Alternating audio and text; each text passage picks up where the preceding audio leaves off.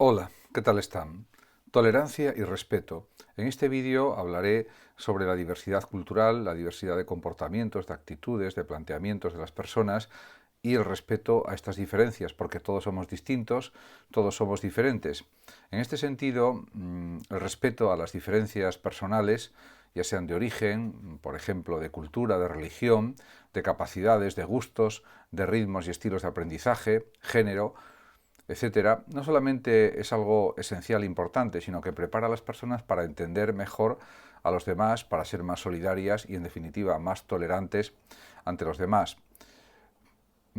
Esto es así realmente porque respetar lo distinto, lo diverso, es algo natural y es algo que responde a la justicia, que responde a una realidad, diríamos, que por sí misma es diversa y al ver estas diferencias, eso debe suponer que nosotros las aceptamos y que eso enriquece nuestra propia experiencia también.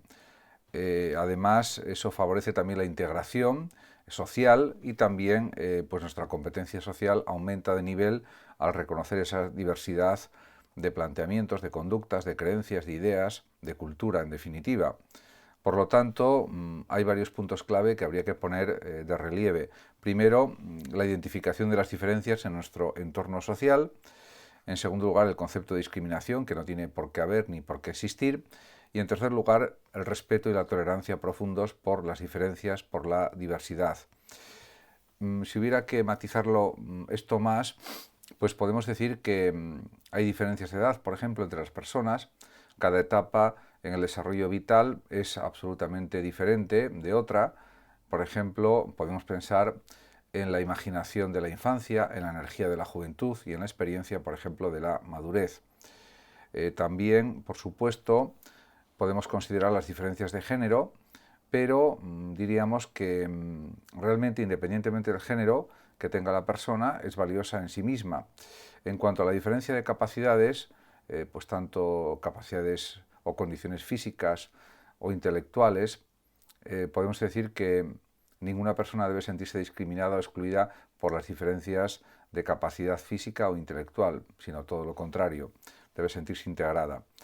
En relación con las diferencias de etnia, por ejemplo, de cultura, respecto pues, a los países de origen, pues hay que también que decir que todos aportamos nuestras experiencias, nuestros puntos de vista y que esa diferenciación enriquece a la sociedad y enriquece a las personas. Existen otras muchas diferencias, por ejemplo, diferencias de nivel socioeconómico, de orientación sexual, etcétera, y eso también es absolutamente respetable. En definitiva, pues no tiene por qué haber discriminación de ninguna persona, no se puede seleccionar excluyendo y podemos decir que no tiene que haber un trato desfavorable o de inferioridad a una persona o grupo social por diversos motivos. En ese sentido, hay que tratar por igual a todas las personas, independientemente del nivel socioeconómico, de la edad o de otras características de la persona. Realmente las discriminaciones provienen de prejuicios, de falsas ideas, de superioridad, pues de unos grupos sobre otros o de unas personas sobre otras, etcétera.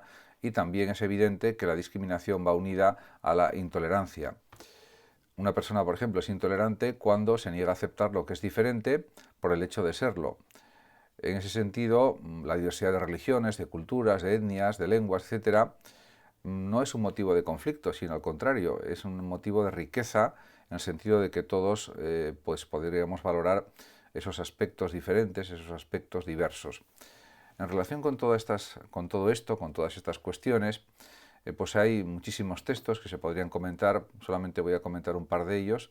El primero es de aulaintercultural.org, una adaptación de texto, y se titula Modalidades encubiertas de racismo. Lo voy a leer y lo voy a comentar un poco. Dice el texto: la mayoría de los españoles manifiestan un rechazo hacia las manifestaciones de racismo. No obstante, se han detectado nuevas modalidades más encubiertas y refinadas a la hora de canalizar los prejuicios y las discriminaciones por motivos étnicos o raciales. Los expertos aprecian manifestaciones más sutiles de discriminación en ámbitos de la vida cotidiana, como por ejemplo a la hora de alquilar una vivienda. En cualquier caso, los datos del estudio del Observatorio Español del Racismo y de la Xenofobia muestran que el 65% de los encuestados valora de manera positiva la existencia en la sociedad española de personas de origen racial, religión y cultura diferentes. Además, existe un amplio consenso acerca de la concesión de derechos sociales y de ciudadanía a los inmigrantes. Por otra parte, la mayoría de los españoles no admite los insultos racistas y los considera un delito. También podríamos englobar aquí los insultos machistas, que también son muy frecuentes en nuestra sociedad, por desgracia, y que pues estos días ha habido un caso en Madrid también de un colegio mayor que han proferido una persona, especialmente insultos machistas, pues a otro edificio donde había estudiantes que eran chicas estudiantes en definitiva. Y eso pues ha salido en todos los medios de comunicación, en los telediarios, etcétera, como un ejemplo de una actitud repugnante, una actitud machista, violenta, verbalmente hacia las mujeres. En ese sentido, cualquier tipo de actitud insultante pues debe ser rechazada con contundencia por parte de todos. También realmente existe una desigualdad entre mujeres y hombres, por desgracia, en el mundo, y hay un texto en este sentido de ayudaenacción.org y dice así: la desigualdad entre mujeres y hombres no es una cuestión del pasado, sigue siendo el presente.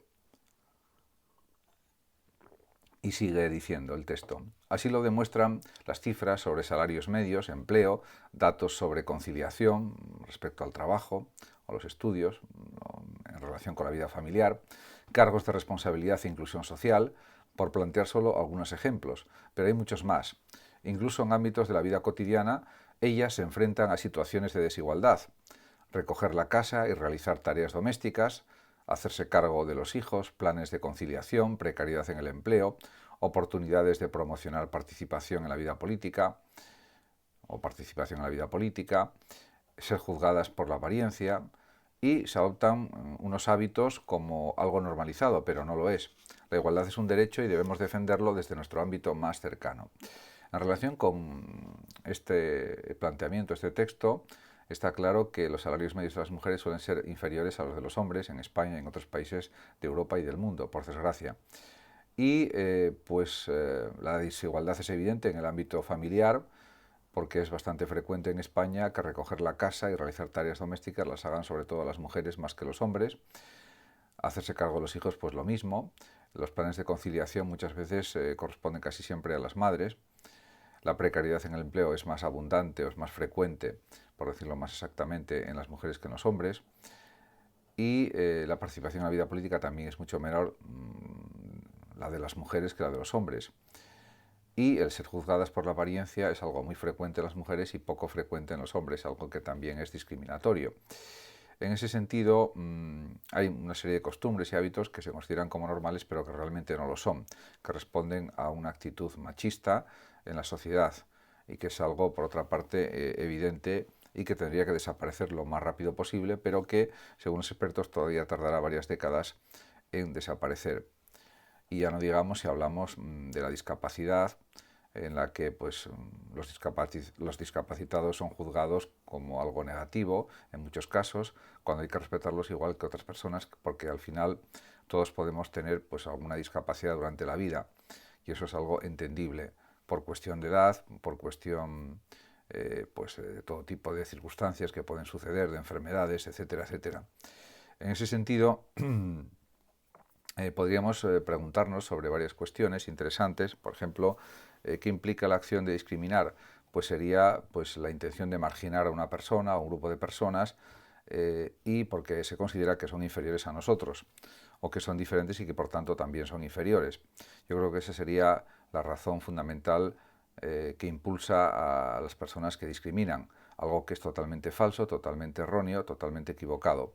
En cuanto a los estereotipos, también hay una serie de estereotipos en la sociedad de lo que se debe hacer en determinadas circunstancias y situaciones, y eso a veces no responde a argumentos profundos, a razones profundas, simplemente es la costumbre social, pero esa costumbre social puede ser valiosa o puede ser válida o puede no serlo. No, la sociedad siempre tiene la razón y el individuo no la tiene, que es un poco el planteamiento que se observa a nivel de sociedad. Por otra parte, todos podemos contribuir a evitar la discriminación en las relaciones entre personas, en la convivencia interpersonal, Y, por supuesto, también hay que decir